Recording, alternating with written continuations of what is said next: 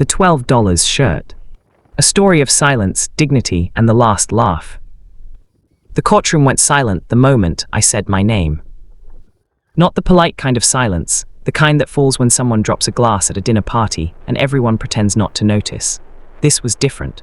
This was the kind of silence that has weight to it, the kind you can feel pressing against your chest, the kind that makes every person in a room slowly turn their head in the same direction, like sunflowers following something brighter than the sun.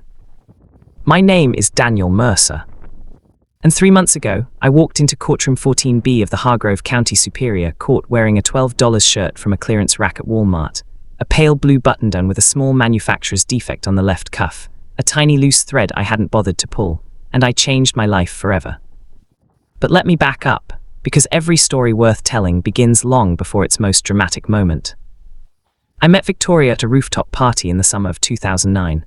She was standing near the edge, holding a glass of white wine, wearing a red dress that moved like water when she laughed. I was a second-year law associate making $54,000 a year, eating rice and beans 4 nights a week, and sending half my paycheck home to my mother in Akron, Ohio, who had bad knees and worse luck. Victoria's family had money the way some families have furniture. It had always just been there, and nobody remembered acquiring it. Her father owned 3 car dealerships and a small marina.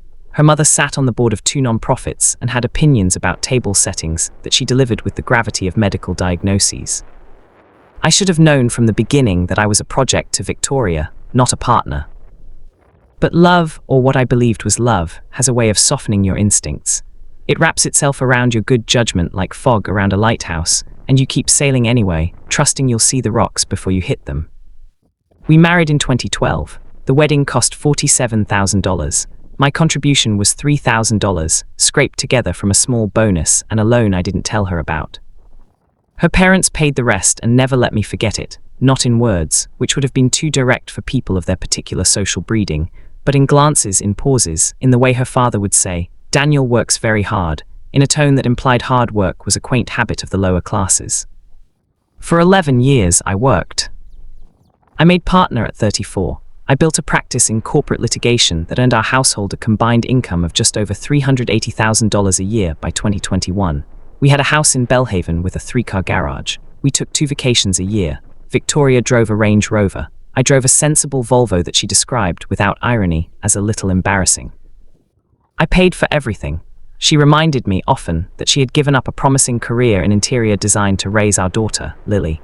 What she did not mention was that her promising career had consisted of 18 months at a small firm where she redesigned 2 waiting rooms and a dentist's office before declaring the industry too stressful. I did not say this out loud. I rarely said anything out loud. That was my great flaw, I think. Not weakness exactly, more like a deeply misguided belief that keeping the peace was the same as building one. The unraveling began, as most unravelings do, quietly. I noticed the distance first. Victoria had always been a woman who filled rooms, loud opinions, big laughter, constant social arrangements. But somewhere around the fall of 2022, she became secretive in the small ways that, when added together, form a very large picture. A phone turned face down on the counter, a changed passcode, dinners with the girls that ran unusually late, a new gym membership she never seemed to sweat from. I told myself I was paranoid. I told myself I was tired, overworked, reading shadows as monsters. Then in February of 2023, I found a receipt in the pocket of a jacket she'd asked me to drop at the dry cleaner. Dinner for 2 at Marcello's, the Italian place downtown, the one we used to go to on anniversaries before she decided it was too sentimental. $340 including wine, on a Tuesday night when she told me she was at book club. I stood in the dry cleaner's parking lot for 11 minutes holding that receipt. Then I folded it carefully, put it in my own pocket, and drove to work. 3 months later, I had a file. Not because I'm a vindictive person, but because I'm a lawyer, and lawyers know that documentation is the difference between what happened and what you can prove happened. I hired a private investigator, a quiet, professional woman named Carolyn who sent me photographs and dates and names in a manila envelope that I never opened at home. His name was Garrett Foss. He was 41, divorced, and managed a luxury apartment complex. He wore expensive watches and had the kind of carefully maintained stubble that signals a man who wants to appear effortless while trying extremely hard. He was, in every way, the opposite of me. I filed for divorce on a Monday morning in March. Victoria's reaction moved through several stages in rapid succession. Shock, tears, fury, negotiation, and finally, once her father had retained her a lawyer, cold and tactical aggression. Her attorney was Richard Holt, a divorce litigator known in Hargrove County for his theatrical flair and his win rate. He wore $3,000 suits and had silver hair he kept swept back like a man who knew cameras might appear at any moment. He was very good at his job. My attorney was me. This was, according to almost everyone who learned of it, an act of professional insanity. The man who represents himself as a fool for a client. I'd heard the phrase 100 times. I'd said it myself, but I knew this case. I knew every account, every asset, every document. I had spent 11 years building our financial life, and I knew exactly where everything was, including the things Victoria didn't know I knew about. There was, for instance, the matter of the $74,000 she had transferred over 18 months to an account I wasn't supposed to know existed. She had been clever about it, small amounts, irregular intervals, routed through a business account attached to a short-lived, lifestyle consulting venture she'd registered in her maiden name. Not clever enough. The morning of the hearing, I woke at 5:30. I showered, made coffee, and stood in my closet for a long moment. My suits hung in a neat row, charcoal navy, black, a lighter grey I'd bought for a colleague's wedding. Good suits, expensive suits, the uniform of the man I'd spent 15 years becoming. I didn't wear any of them. I'd found the shirt 3 weeks earlier, shopping for paper towels at Walmart. It was on a clearance rack near the back, stuffed between a Hawaiian print and a shirt with a pocket logo for a golf club I'd never heard of. Pale blue, 100% cotton. My size, $12. I bought it on impulse, some instinct I didn't examine too closely. Standing in my closet that morning, I understood the impulse. I'd spent 11 years dressing to meet Victoria's expectations, performing success for her parents, wearing the costume of a man who'd been accepted into a world that never fully accepted him. Not today. I put on the $12 shirt, a pair of clean dark trousers and my good shoes, the one concession because even defiance has its limits and good shoes matter in a courtroom. I looked in the mirror. I looked like myself, maybe for the first time in years. I drove to the courthouse. Victoria was already in the hallway outside courtroom 14B when I arrived.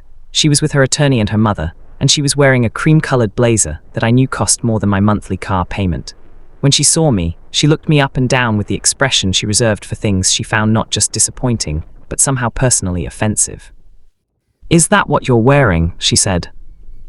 "Good morning, Victoria." Daniel, her voice dropped, a practiced intimacy meant to suggest she was being kind. "You're representing yourself today. You cannot walk in there looking like..." She gestured at me with one hand, a vague, dismissive arc, like you grabbed something off a sale rack. I did grab something off a sale rack. Her mother made a small sound. "You're embarrassing yourself before you even walk in," Victoria said. I looked at her for a moment. 11 years, a daughter we both loved, a life I had largely built and she had largely spent, a man she had turned to when she found me insufficient, or boring, or whatever word she used to herself in the dark. "I'll see you inside," I said. The courtroom was smaller than the ones I usually worked in. Judge Patricia Osai presided, a woman in her early 60s with reading glasses on a beaded chain, and a reputation for impatience with theatrics and genuine respect for preparation. Richard Holt made his opening with practiced elegance.